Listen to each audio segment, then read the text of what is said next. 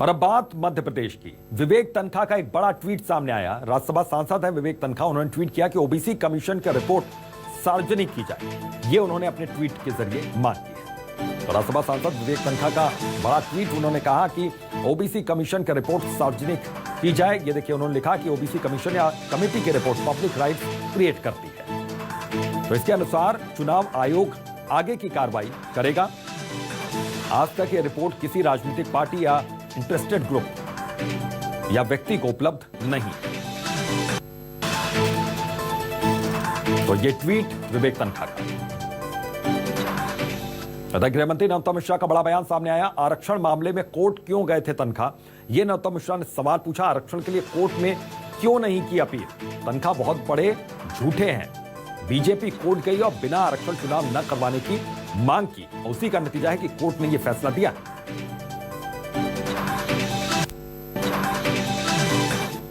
कि जीरो करवाने के बाद फिर अदालत में क्यों नहीं गए? वो तो बहुत बड़े लॉयर है ना। जब कोर्ट ने जीरो कर दिया था पिछड़ों का आरक्षण, वो न्यायालय गए थे, फिर वो अपील में क्यों नहीं गए कि इनको आरक्षण दो भाई? फिर अपील में तो सिर्फ भारतीय जनता पार्टी गई ना, और जिसके अध्यक्ष ने और मुख्यमंत्री ने कहा कि हम बिना पिछड़ों के चुनाव नहीं होने देंगे। और राकेश चतुर्वेदी हमारे सहयोगी इसी खबर पर जुड़ गए हैं, सीधा उनका रुख करते हैं। राकेश, यहाँ पर जाहिर है कि आरोप प्रत्यारोप का दौर लगातार चल रहा है और एक दूसरे को यहाँ पर एक तरीके से कटघरे में खड़ा करने की कोशिश हो रही है, लेकिन ये जो ट्वीट किया गया उसके बाद हलचल, क्या वहां पर सियासी हलचल तेज हुई है?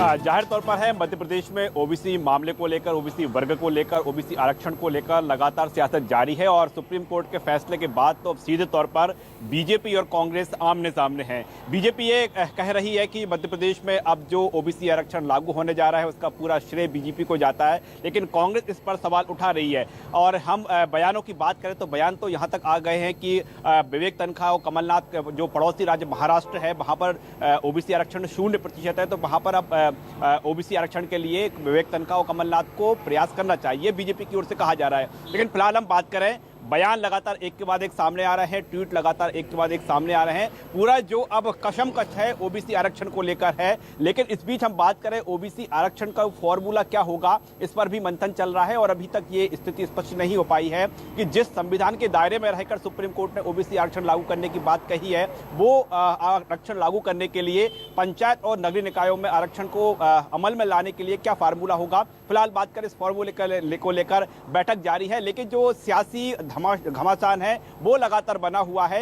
एक दूसरे को दोषी ठहराया जा रहा है। कांग्रेस का यह भी आरोप है कि जिस 27% आरक्षण की बात मध्य प्रदेश में कही जाती थी वो अब सिमटकर 14% रह गया है। वहीं बीजेपी का यह आरोप है कि जो पूरी स्थिति बनी हुई है इसके लिए सीधे तौर पर कांग्रेस दोषी है, क्योंकि कांग्रेस ने ही सुप्रीम कोर्ट का दरवाजा खटखटाया था। और जब सुप्रीम कोर्ट की दहलीज पर पूरा मामला पहुंचा तो संविधान के दायरे के अंदर ओबीसी आरक्षण सिमटकर रह गया है। तो फिलहाल हम देख पाए कि मध्य प्रदेश में जिस तरह से जो चुनावी सरगर्मी है, कभी भी जो कहा जा रहा है कि नगरीय निकाय चुनाव की घोषणा हो सकती है, उसके तहत ओबीसी वर्ग को रिझाने के लिए, ओबीसी वर्ग को अपने पाले में करने के लिए लगातार बयानबाजी का दौर जारी है। और यह भी बताने का प्रयास किया जा रहा है कि ओबीसी वर्ग का सबसे करीबी और ओबीसी वर्ग की चिंता करने वाला कौन सा दल है। फिलहाल हम बात करें, ये जो सिलसिला है अभी भी और आगे जारी रहेगा, क्योंकि हर दिन हम बात करें एक नेता का ट्वीट आता है या बयान आता है तो तुरंत उस पर पलटवार आता है, चाहे वो कांग्रेस की ओर से हो चाहे वो बीजेपी की ओर से हो। फिलहाल हम पूरे मामले को लेकर बात करें तो ओबीसी मामले को लेकर जमकर सियासत जारी है और ये घमासान आगे भी जारी रहेगा। बिल्कुल, ये घमासान आगे भी जारी रहेगा, क्योंकि अभी इसके थमने के आसार फिलहाल नजर नहीं आ रहे हैं। बहुत बहुत शुक्रिया राकेश इस तमाम जानकारी के लिए। यहां पर बता दें कि इस ट्वीट के बाद हलचल, सियासी हलचल तेज हो गई है।